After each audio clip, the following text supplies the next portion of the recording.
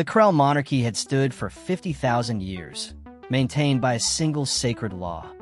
Only an heir whose blood could awaken the throne could rule.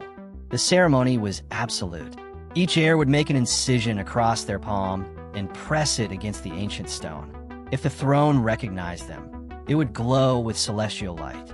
If it rejected them, the heir would be deemed unworthy and cast out.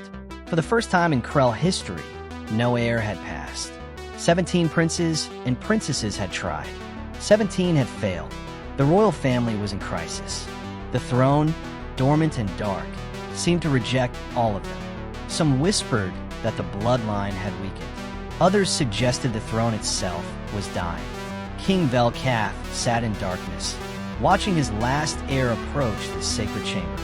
His daughter, Asha, had grown up knowing this moment would come. She had been trained, prepared, purified, but as she made the cut across her palm and pressed it to stone, the throne remained black as night. Asha wept, the kingdom wept, and King Velkath, facing the end of his dynasty, ordered the chamber sealed. That's when Marcus Chun found something while cleaning. Marcus was human, one of the few working at the Krell Palace. He'd been hired 3 years ago to maintain the gardens and manage waste, work the Krell consider beneath their station. He was invisible to them, barely acknowledged, passing through corridors like a ghost. But Ghost noticed things. He'd seen Princess Asha enter the chamber. He'd heard the silence that followed rejection. And later, when he was cleaning the corridors, he found a small stone that had fallen from the chamber's entrance, part of the sacred threshold. It was covered in old blood. Ancient blood. Krell blood, but different from any he'd ever seen. Darker, more complex. The stone itself seemed to hum with dormant energy. Marcus, who had studied ancient Earth history before becoming a janitor, recognized what he was looking at, a binding stone. A key, and it had been locked outside the chamber, not inside. He approached King Velkath with trembling hands. It took hours to convince the guards to let a human speak to the king. But Marcus persisted with a quiet determination that eventually broke through protocol. "Your Majesty," Marcus said carefully, "I believe I understand the problem. The throne isn't rejecting your children. Something is blocking the connection." Velkath barely glanced at him. And what would a human janitor know of Krell sacred mysteries? "I know that humans have learned, through painful experience, that sometimes the answers we seek are hidden in plain sight," Marcus replied.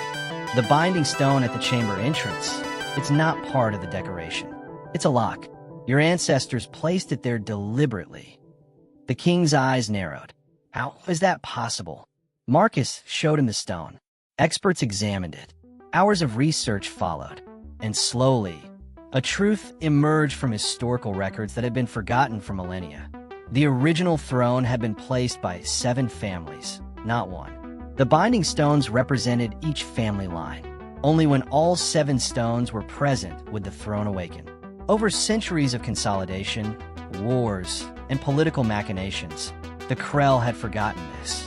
They believed the throne belonged solely to King Velkath's line. But the throne itself remembered.